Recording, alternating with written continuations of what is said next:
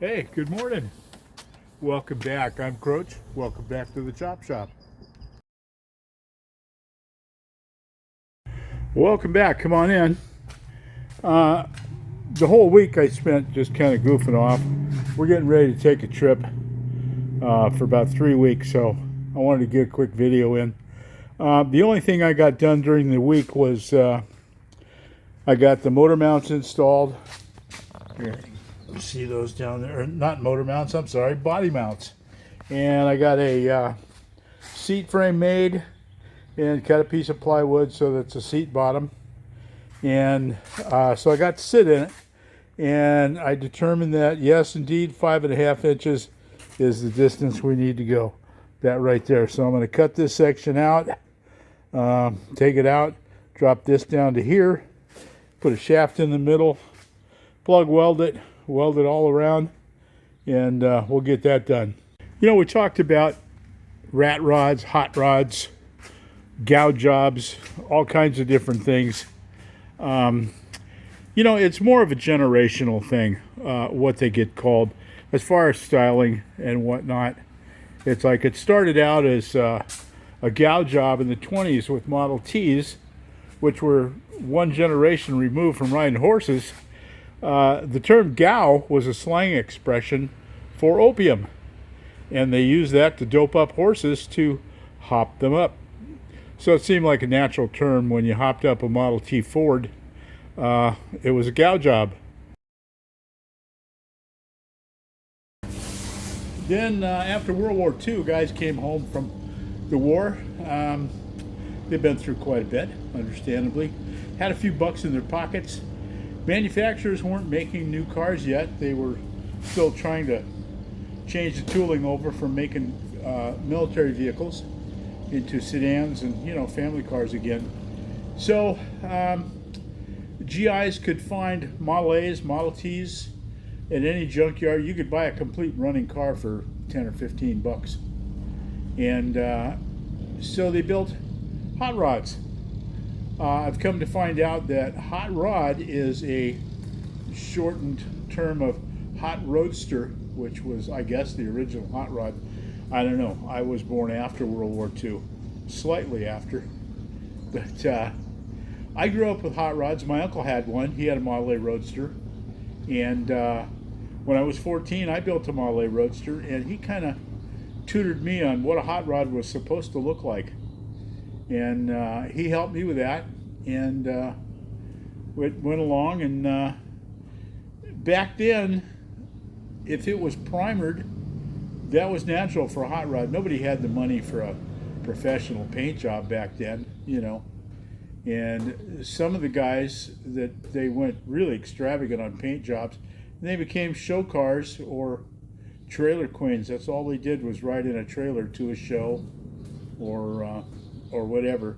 Rarely got driven on the street. So the true hot rodders were into the primer, because you could get that in a rattle can and you had a paint job done. If you didn't like the color, change it to flat gray next week instead of flat black, or you know, red primer, that zinc stuff. Anyway, so primered cars were cool. It was okay. That was an acceptable hot rod. Then in the, I believe it was in the 90s, Robert Williams, a very well-known painter, he does a lot of car stuff, race cars, hot rods, and whatnot. I'm sure you've seen his work. I've got one at home hanging in my office. I'll throw in a picture right here. And he was building a 32 Roadster, and some Yahoo from Hot Rod Magazine saw it in front of his and coined the frame, well, it looks like a rat rod. And apparently that's how rat rod got started. What it turned into was a counterculture for trailer queens and what they thought were show cars and whatnot. Kind of like the punk rock generation of cars, if you will. Make them scary looking, you know, look like death traps. Well, some of them actually had very nice, safe chassis, decent drivetrain, just had a lot of junk added on totally unnecessary and easily get impaled on a lot of that stuff. So anyway, that was a phrase. It's like I said, it's a generational thing. Each generation has their own style. Music, we won't even get into. I grew up on Chuck Berry, Motown, Beach Boys, rock and roll. Then along came the Beatles and ruined rock and roll forever. I know, a lot of your Beatle fans. I've come to find out, looking at my demographics on YouTube, that 30% of you are between 55 and 65. The rest of you are all 65 years and older. So welcome to Geezerville, where every day is Saturday. That's where I live. And anyway, I divert or regress, if you will. But like I said, the generational thing, it's like nowadays, I call them Chihuahua cars, because kids today don't know how to actually build a car. A lot of them can bolt things on, and they pretty much just make noise. That's about it. But to us, that's not a hot rod. A hot rod is a mid to early 30s, even back into the 20s. Model Ts, Model As, no fenders. If it's got a roof, it's chopped. It's all about speed. You make the car as light as you possibly can. You make it as sleek as you possibly can for wind resistance. The guys that originally ran Bonneville started doing that. They would chop the top for less wind resistance because the windshields on those cars were almost vertical. So that was a big air brake. So they would chop the top, and when you bring it down on a lot of cars, the roof is shorter. So you had to slant the windshield back a little bit more. Better aerodynamics.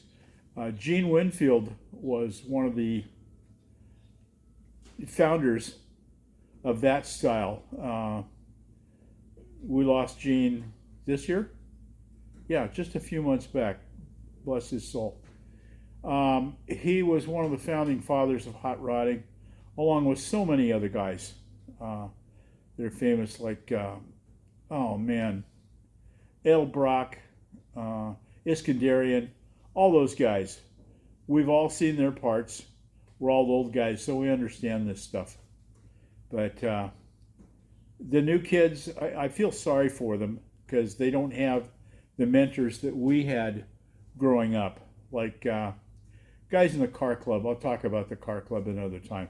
As you can see, Road Squires, I'm a founding member in 1963. And Mike Hackett, dear friend, lost him a few years back, miss him dearly. I used to hang out Saturday mornings when we were just kids building model cars over at his house. His dad was, I think, an electrician. He worked at, it's where Candlestick Park was. It was, anyway, a naval shipyard, Hunter's Point, that's it. And he knew just about everything there was to know by electrical systems. When I was wiring up my first Model A Roadster, he sat me down one Saturday and he drew out a wiring diagram of the entire car. But he didn't just draw me a picture. He took the time to explain to me exactly what every circuit does. First, what a circuit is.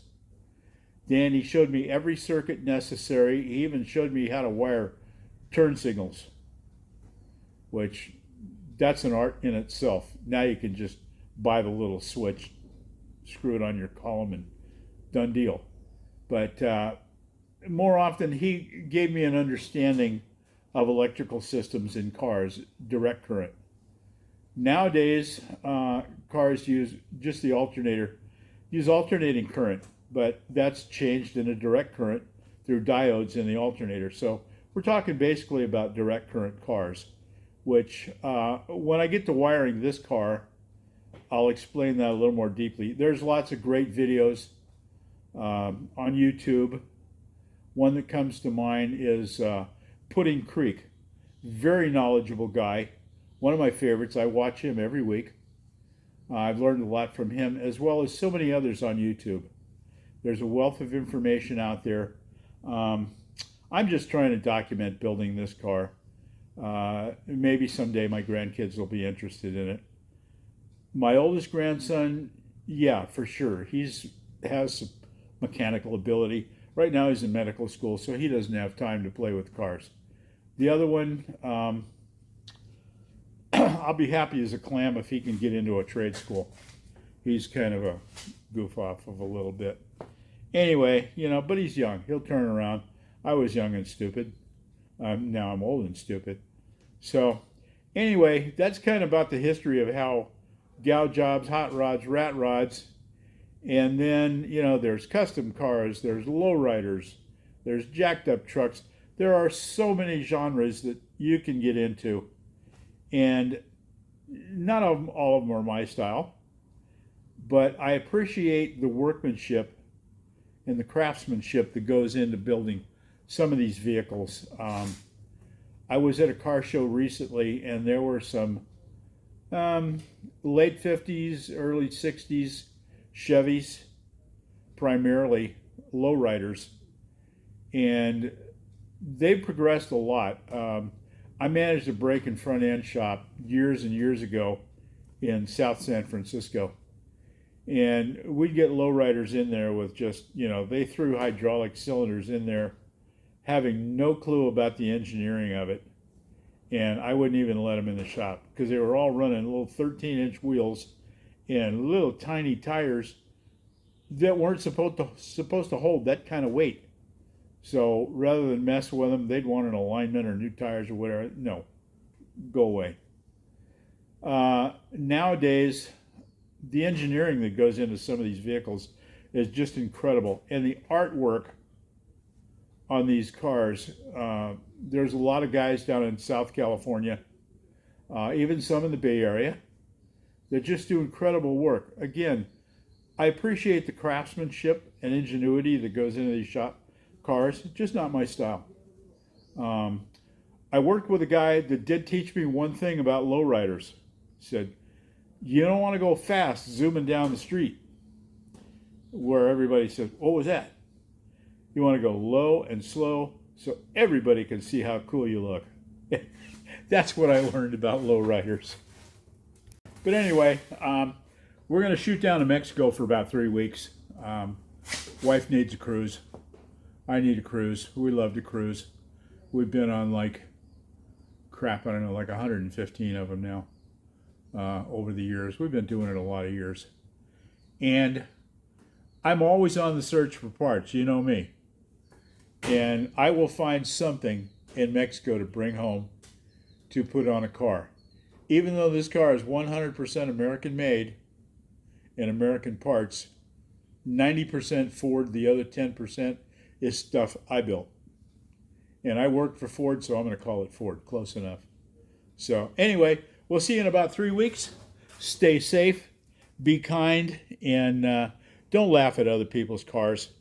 Appreciate the technology and the design and the love they have for that vehicle. Isn't that why we do this? Because we love this stuff. So anyway, thank you guys for coming by again. And I'll see you in about 3 weeks. And if you're so inclined, like me and subscribe to me. Take care.